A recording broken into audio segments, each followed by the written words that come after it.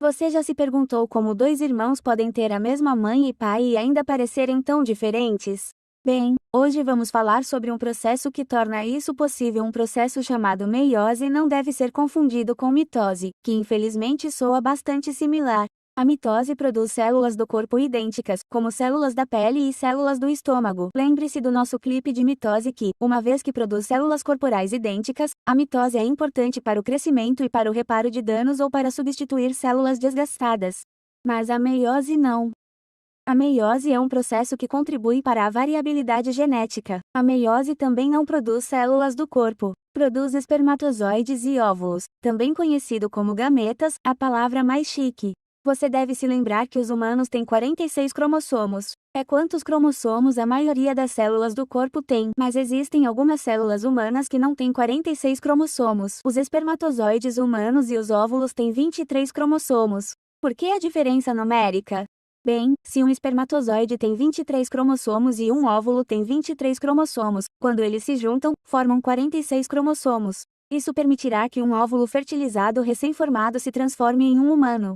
A meiose é o que chamamos de divisão de redução porque você tem uma célula inicial que tem 46 cromossomos e suas células finais, os espermatozoides e os óvulos, têm apenas 23 cromossomos. Antes de começarmos a entrar nos estágios da meiose para produzir gametas, temos que lembrar o que acontece antes que a meiose possa começar.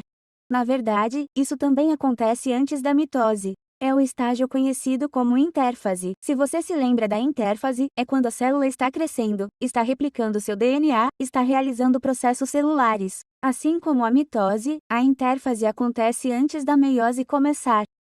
Então a célula inicial tem 46 cromossomos, e você tem que duplicar esses cromossomos na intérfase antes do início da meiose. Isso significa que você está duplicando seu DNA, já que os cromossomos são feitos de DNA e proteína.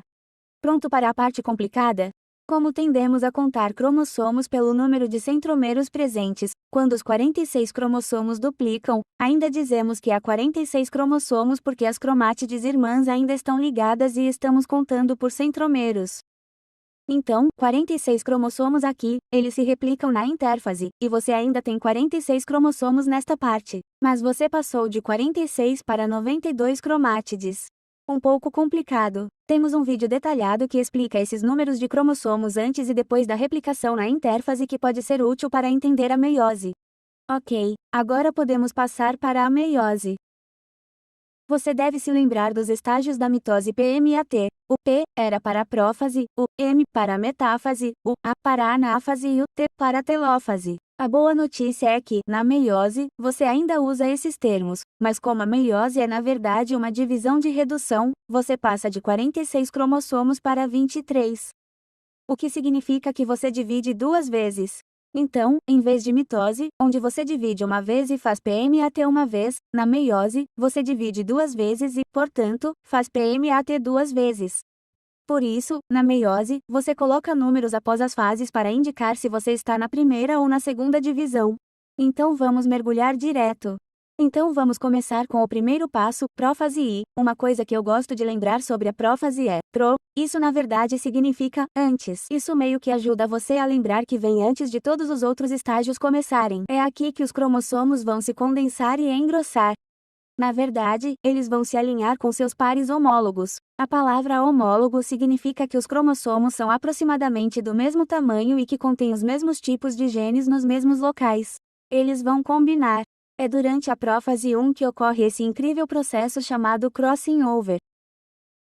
Eu sei que crossing over provavelmente soa como algo muito diferente, mas este é um processo realmente incrível porque quando esses cromossomos estão alinhados em pares homólogos, eles conseguem transferir suas informações genéticas e trocá-las entre si. É como se esses cromossomos caíssem um sobre o outro e fizessem uma pequena troca de informações genéticas aqui.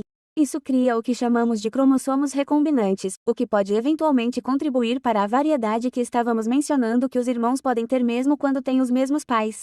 Mais sobre isso mais tarde.